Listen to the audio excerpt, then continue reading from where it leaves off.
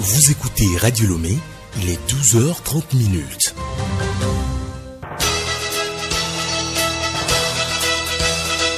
Le journal Hélène Assabi.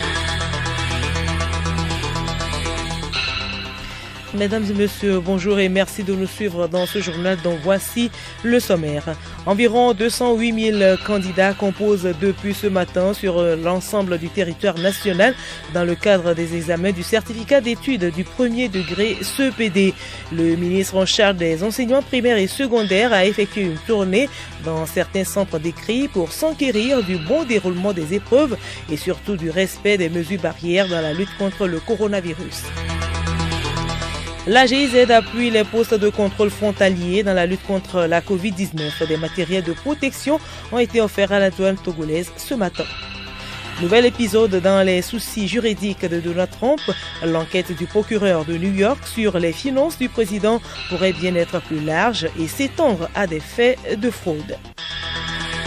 Et puis sport football, l'attaquant de la vieille dame Paulo Dybala sera de la partie face à Lyon en Ligue européenne des champions. Blessé aux adducteurs, l'Argentin a reçu hier le feu vert de l'équipe médicale.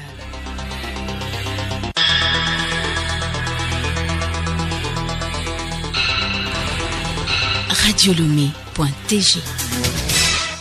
Mesdames et messieurs, une fois encore, bonjour. Démarrage ce matin sur l'ensemble du territoire national des examens du certificat d'études du premier degré CEPD. Environ 208 000 candidats sont à la recherche de ce premier diplôme. Le ministre en charge de l'enseignement supérieur a effectué une tournée dans certains centres d'écrit pour s'enquérir du bon déroulement des épreuves et surtout du respect des mesures barrières dans la lutte contre le coronavirus. Geneviève Bouillon. Repartis dans 1183 centres d'écrit, y compris celui du Ghana, les candidats composent pour cette journée de mardi dans 4 matières, à savoir l'étude de tests, les calculs écrits, l'éducation civique et morale, ECM. Pour certains candidats, les épreuves sont abordables. Ils comptent bien travailler pour obtenir leur diplôme. Écoutons quelques-uns. On a fait l'étude de tests de la forêt. On a commencé avec vocabulaire. Je trouve l'épreuve facile et je compte pour me réussir à mes examens. Et on a bien travaillé dans l'étude de tests. Je trouve l'épreuve abordable. Nous, les personnes âgées qui n'ont pas eu la chance pour aller à l'école, à un moment donné, nous avons vu que l'école là c'est important. Donc pour ça, nous avons fait l'idée de faire l'école de nuit pour pouvoir participer au CP2, avoir notre CP2 comme nos enfants. Je trouve l'épreuve facile, mais c'est un peu difficile, mais on a déjà fait ça. C'est pourquoi c'est facile. Que ce soit à l'EPP du camp général Nyasingbe et Yadema, à l'EPP Kelegougan, à l'école primaire laïque Le Nouveau Monde, au complexe scolaire islamique d'Agwezongo ou à l'EP évangélique d'Agwenive, tout se passe bien dans le respect des mesures barrières. Le ministre en charge des enseignements primaires et secondaires, Afo Achadiji, entend apporter son soutien aux candidats. Comme c'est le premier jour de nos examens, c'est le premier examen aujourd'hui, c'est le CPD, les tout petits enfants de classe de CM2. L'année a été perturbée par la pandémie, c'est une année spéciale. Nous avons voulu voir dans les établissements pour ce premier examen comment ça marche. Surtout que c'est pour les petits enfants. Effectivement, partout où nous sommes passés, nous avons constaté que tout est bien organisé. Les effectifs que nous avons exigés pour les classes ont été respectés. C'est maximum 30 par classe partout. Les mesures barrières, nous avons aussi regardé cet aspect-là et tout est respecté. Les chefs centres, les surveillants, les enseignants, tout le monde a respecté les consignes. Les élèves ont porté les masques. Nous avons vu les dispositifs de lave-mains, les gels dans les salles et effectivement, il n'y a rien à reprocher et tout se passe bien. Les autres épreuves se poursuivent et prennent fin vendredi prochain. Merci à vous Geneviève Bouillon et je le disais tantôt, c'est le ministre en charge des enseignements primaires et secondaires qui a effectué une tournée dans certains centres d'écrit pour s'enquérir du bon déroulement des épreuves. Et direction à présent à Atakmame. Le directeur régional de l'éducation des plateaux, Dossé Yao, et l'inspecteur du premier degré de la préfecture de Logou, Amégadje Komlavi, ont visité 3 centres d'écrit de la commune Ogou 1, notamment Agbonou, Souhaité, Sacré-Cœur de Jésus et l'EPP La Poste. Ils étaient accompagnés du préfet de Logou, Akapo Edo, de la maire Ogou 1, Kuigan Awefa. Partout, ils ont prodigué des conseils aux candidats pour de bons résultats et observé avec satisfaction le respect des règles barrières contre la Covid-19. Il faut souligner que quelques 45 774 candidats, dont 22 297 filles, composent dans 284 centres d'écrit pour obtenir le certificat de fin d'études de l'enseignement du premier degré CEPD. Parmi ces candidats, il y a 6 non-scolaires et 3 sourds-muets. M. Dosset a poursuivi la visite des centres d'écrit dans les autres préfectures. Jean Mizou, agence togolaise de presse à Tapamé, pour Radio Lomé. Au total, 30 centres d'écrit ont rouvert leurs portes aux élèves de la classe du CM2 ce mardi dans la préfecture d'Amo. C'est dans le cadre de l'examen du certificat d'études primaires. Les détails avec Aristide Koudjo de la Top Amlam. Les autorités telles que le préfet, les maires et l'inspecteur ont sillonné les centres pour encourager les enfants et surtout pour constater le respect des consignes données par le gouvernement dans le cadre de la limitation de la propagation de la Covid-19.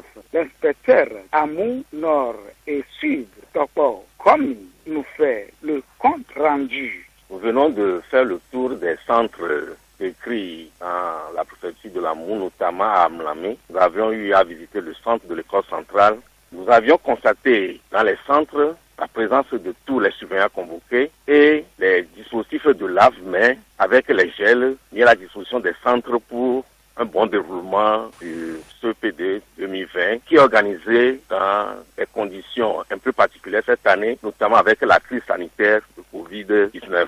Les candidats sont sereins dans les classes et avec les masques bien portés, aussi bien au niveau des enseignants que pour tous les acteurs impliqués dans le processus de cet examen. Aristide Koudjo pour Radio Lomé. À Kara, l'effectivité du démarrage de l'examen du CEPD a fait l'objet d'une tournée du préfet de la COSA, le colonel Bakali Hemo Badibaou. Honoré Boulissatom pour les détails. Dans la région de la Kara, le préfet de la COSA, colonel Bakali Hemo Badibaou, et le directeur régional de l'éducation Nyonege Kodjo ont sillonné certains centres d'écrit de la préfecture pour s'assurer du bon déroulement des épreuves. Ils sont au total 21 768 candidats, dont 10 134 filles dans la région de la Kara, à concourir pour l'obtention de leur premier diplôme scolaire, le CEPD. Le préfet et sa suite ont visité, entre autres, les centres d'écrit de l'EPP Tomde et de l'EPP Kara Centre, où les candidats ont bien débuté les épreuves. Les conditions d'organisation des examens sont toutes particulières cette année à cause de la pandémie à Covid-19. Une nécessité pour le directeur régional de l'enseignement Nyonege Kodjo, non seulement de souhaiter une bonne chance aux candidats, mais surtout contrôler le respect des mesures barrières pour éviter d'éventuels cas de contamination. Raison d'ailleurs de l'augmentation aussi bien des centres d'écrit que de surveillants dans la région. En effet, les 21 768 candidats sont repartis dans 156 centres avec 1450 surveillants. Le directeur Nyonege Kodjo s'est dit confiant de parvenir à de bons résultats cette année malgré les impacts de la pandémie de l'heure sur le système éducatif. De l'agence togolaise de presse Kara, Honoré Boulissatom pour Radio Lomé. Et bon déroulement également des épreuves du CEPD à Saint-Cassé. C'est dans le strict respect des mesures barrières que les élèves de la classe du CM2 de la préfecture de Saint-Cassé ont démarré ce mardi l'examen en vue de l'obtention du CPD édition 2020. Ils sont au total 2467 candidats, dont 1118 filles à composer dans 17 centres écrits à travers toute l'étendue de l'inspection préfectorale de Saint-Cassé. Afin de constater de visu le bon démarrage de cet examen et surtout de vérifier si toutes les mesures barrières sont respectées par l'ensemble des candidats et des surveillants, le préfet de Saint-Cassé, le commandant Yanani Tiekab, accompagné du maire de la commune Saint-Cassé 2 et de l'inspecteur des enseignements primaires de Saint-Cassé, respectivement, messieurs Débiré Kandim et Bogra Fontou, a fait le tour des centres d'écrit de l'inspection pédagogique de Saint-Cancé. Il s'est rendu successivement à l'école centrale, à l'EPC Don Bosco, au lycée de Saint-Cancé, à l'école centrale de Timbou et à Nadjoundi. Partout, le préfet et sa suite se sont réjouis du bon démarrage de l'examen et du respect des mesures barrières, notamment le port des masques et la distanciation sociale dans les salles d'écrit. Ils ont prodigué d'utiles conseils aux candidats puis souhaiter bonne chance à tous. De Saint-Cancé, Blimpo Bolia, agent de presse pour Radio Lomé.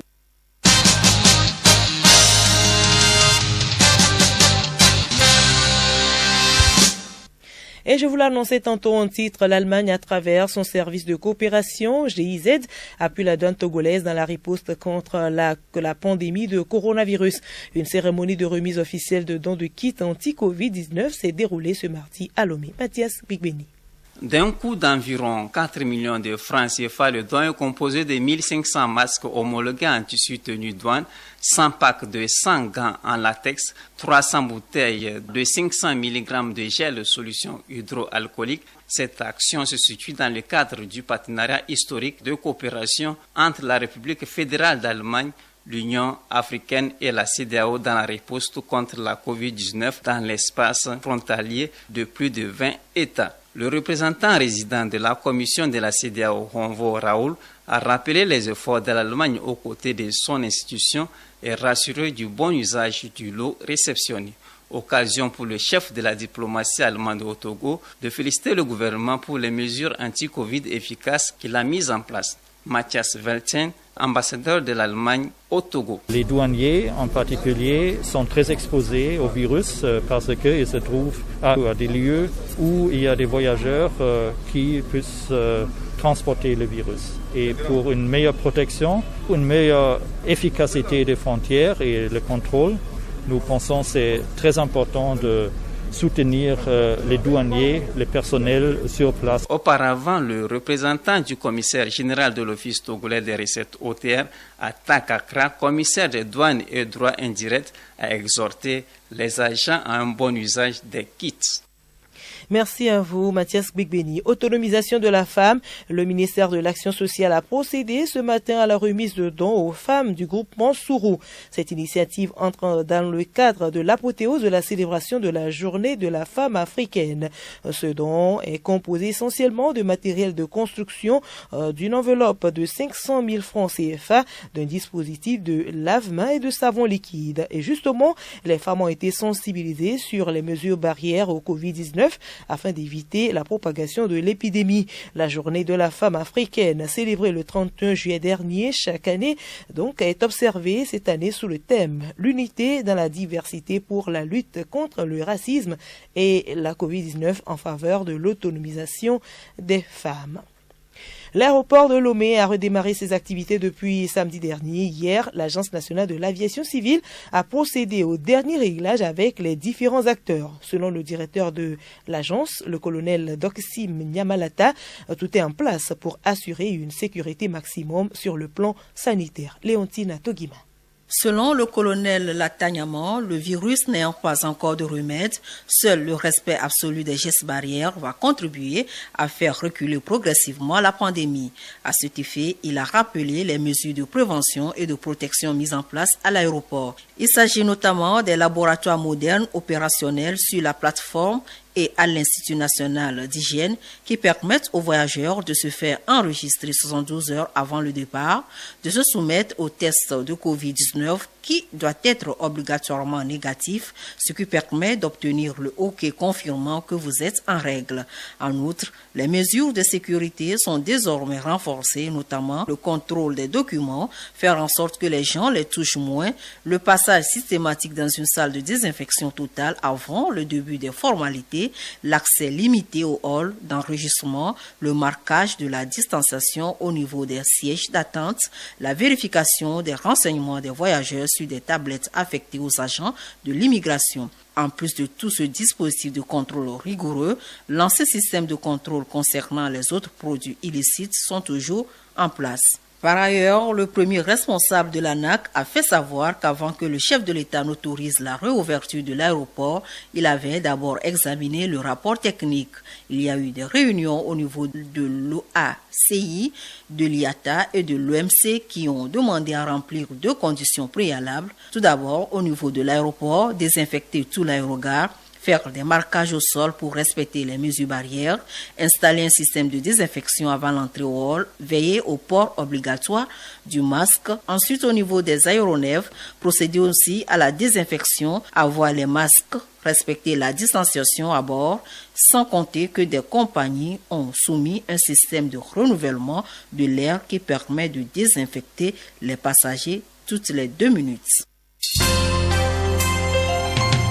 Le journal Hélène Assabi.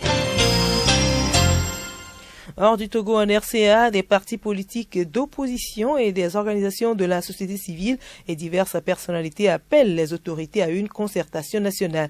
Ils ont adressé un courrier au président de la République qui est resté sans réponse. Hier, lors d'une conférence de presse, ils ont prévu une mobilisation pour des actions qu'ils qualifient de désobéissance civique.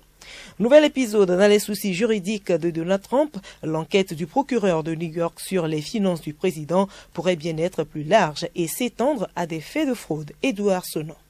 Tout à fait, Hélène. Dans des documents déposés hier au tribunal, le procureur du DC de Manhattan détaille un peu plus les investigations qu'il mène depuis un peu plus de 2 ans sur les finances du président. Les 28 pages révèlent qu'il pourrait y avoir des faits de fraude bancaire et de fraude fiscale liés à l'entreprise Trump. Des accusations sans fondement, dit Donald Trump. Le procureur de Manhattan enquête sur des paiements effectués lors de la campagne de 2016 à 2 maîtresses présumées de Donald Trump. Des faits pour lesquels l'avocat personnel du président a été condamné. Michael Cohen avait reconnu avoir acheté le silence des 2 femmes. Dans le cadre de son enquête, le procureur réclame l'accès aux documents financiers de Donald Trump, dont ses déclarations d'impôts, chose que le président refuse. Et même si la Cour suprême lui a récemment ordonné de transmettre ses archives comptables, elle l'autorise à questionner la pertinence de certains documents réclamés, ce que les avocats de Donald Trump continuent de faire. Certains accusent le président de vouloir gagner du temps jusqu'à l'élection ou pour des raisons de prescription.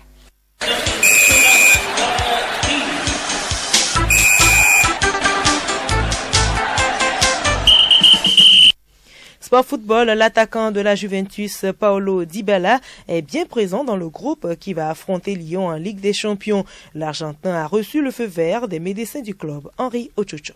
Victime d'une élongation de la cuisse gauche le 26 juillet dernier contre la Sampdoria, l'attaquant de la Juventus a bien récupéré. Paulo Dybala a reçu le feu vert des médecins et figure comme prévu dans le groupe de 21 joueurs convoqués pour affronter l'Olympique lyonnais vendredi prochain en 8e de finale retour de la prestigieuse Coupe européenne. Toujours en Ligue des Champions, le joueur du Naples, Lorenzo Insigne, n'a pas encore fait de croix sur sa participation au match contre le FC Barcelone. Annoncé comme forfait, le Napolitain a de fortes chances de jouer cette rencontre. Dans un communiqué, le club a donné des informations sur l'état de santé du joueur. Lorenzo Insigne a subi des tests qui ont confirmé qu'il avait des lésions tendineuses du muscle long adducteur de la cuisse gauche. Sa situation sera étroitement surveillée dans les prochains jours, a indiqué le communiqué du club italien.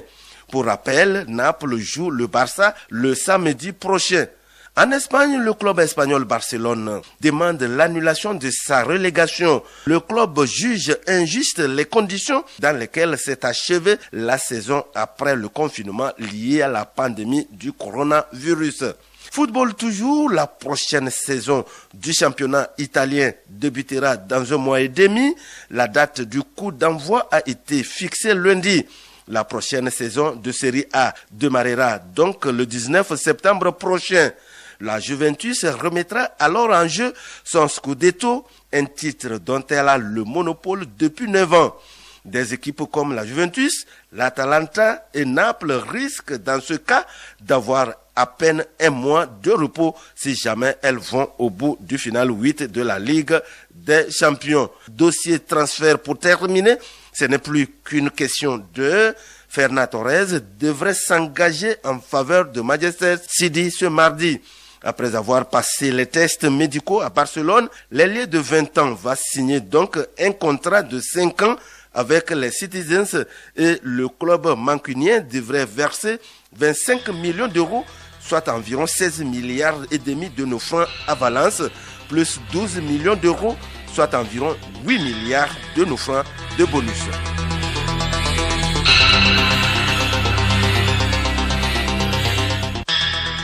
Voilà, ce journal se referme ainsi. Merci à vous de l'avoir suivi. À présent, rubrique sensibilisation coronavirus, c'est avec Juliette Camden.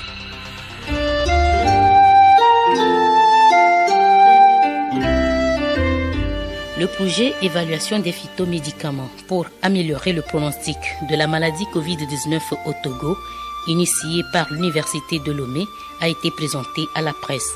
Ce projet porte sur 4 phytomédicaments identifiés pour améliorer l'immunité de l'organisme dans la lutte virale, notamment contre la Covid-19. Quel est le contexte de l'étude? Professeur Ekouevi, épidémiologiste, méthodologiste des équipes de recherche. Depuis le 5 mars 2020, le Togo, comme d'autres pays dans le monde, doit faire face à la pandémie de Covid-19 qui est due à un virus qui est appelé le SARS-CoV-2. À l'heure actuelle, il n'existe aucun médicament reconnu comme efficace contre cette maladie. Vous avez les molécules candidates, telles que l'hydroxychloroquine, qui souffrent aujourd'hui de données cliniques très contradictoires. Vous avez le lopinavir, ritonavir, qui est un médicament que nous connaissons très bien, qui est utilisé dans le cadre de l'infection à VIH. Et les données récentes montraient clairement que cette molécule n'est pas efficace dans le traitement du Covid-19. Le seul traitement qui est recommandé aujourd'hui en Europe, c'est le remdesivir, qui est un traitement qu'on utilise dans le cadre de la maladie à virus Ebola, mais qui n'est pas accessible encore en Afrique. D'où la tendance actuelle à la recherche d'une solution endogène. Et cette solution endogène a été endossée par l'Organisation mondiale de la santé, qui pense qu'il faut soutenir la recherche pour trouver un traitement local, mais selon les règles de la recherche scientifique. C'est ainsi que sous l'impulsion de la présidence de l'Université de Lomé, une équipe de recherche constituée d'enseignants-chercheurs de l'Université de Lomé a été mobilisée afin d'identifier un phyto ou des phytomédicaments pouvant être évalués dans la prise en charge de la COVID-19. C'est ainsi que 4 phytomédicaments promoteurs ont été identifiés, 3 principes portés par la commission ad hoc de la riposte au Covid-19 de l'Université de Lomé, et puis un médicament porté par le laboratoire de biologie moléculaire et d'immunologie de la faculté des sciences de la santé de l'Université de Lomé. Et ceci va nous permettre d'élaborer ce qu'on appelle un essai clinique randomisé de phase 2B, qui a été ainsi élaboré. Mais avant de passer à l'humain, il y a eu des travaux préliminaires qui ont été réalisés avec la commission recherche de formulation à base de plantes. Et ceci connaît 4 étapes. La première étape, c'est d'abord d'avoir une connaissance sur la physiopathologie et la manifestation de la maladie. La deuxième étape, c'est de la recherche et l'identification des candidats médicaments. La troisième étape, c'est ce que nous appelons la recherche préclinique, qui est une recherche in vitro, ensuite in vivo, et ensuite la dernière étape qui nous réunit aujourd'hui, qui est la recherche clinique, qui sont les essais cliniques.